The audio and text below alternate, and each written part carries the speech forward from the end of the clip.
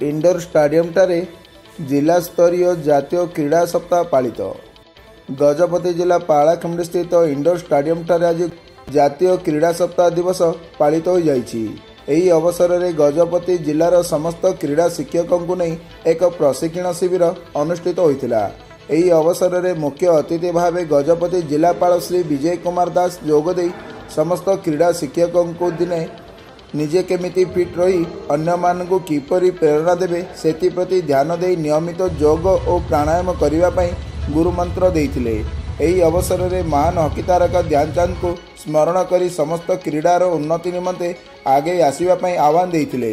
एही कार्यक्रम रे अन्य मानक मध्य मुख्य उन्नयन अधिकारी तथा निर्वाही अधिकारी जिला परिषद डॉक्टर गुणनिधि नायक, जिला शिक्षा अधिकारी डॉक्टर माहेधर साहू, पतंजलि योग गुरु प्रमुख सम्मानित अतिथि भाव में जोगदे ध्यानचंद को फोटोचित्र में पुष्पमाल्य अर्पण करने सह क्रीड़ा क्षेत्र में आम जिला खेलाड़ी मानक दक्षतार प्रशंसा करथिले।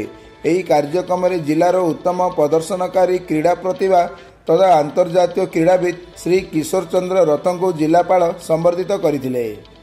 एही कार्यक्रम को जिला क्रीड़ा शिक्षक सुरेंद्र पात्र समेत क्रीड़ा शिक्षक लिंगराज साहू, किशोर सामल और धीरेन्द्र सामल प्रमुख कार्यक्रम को सहयोग करथिले।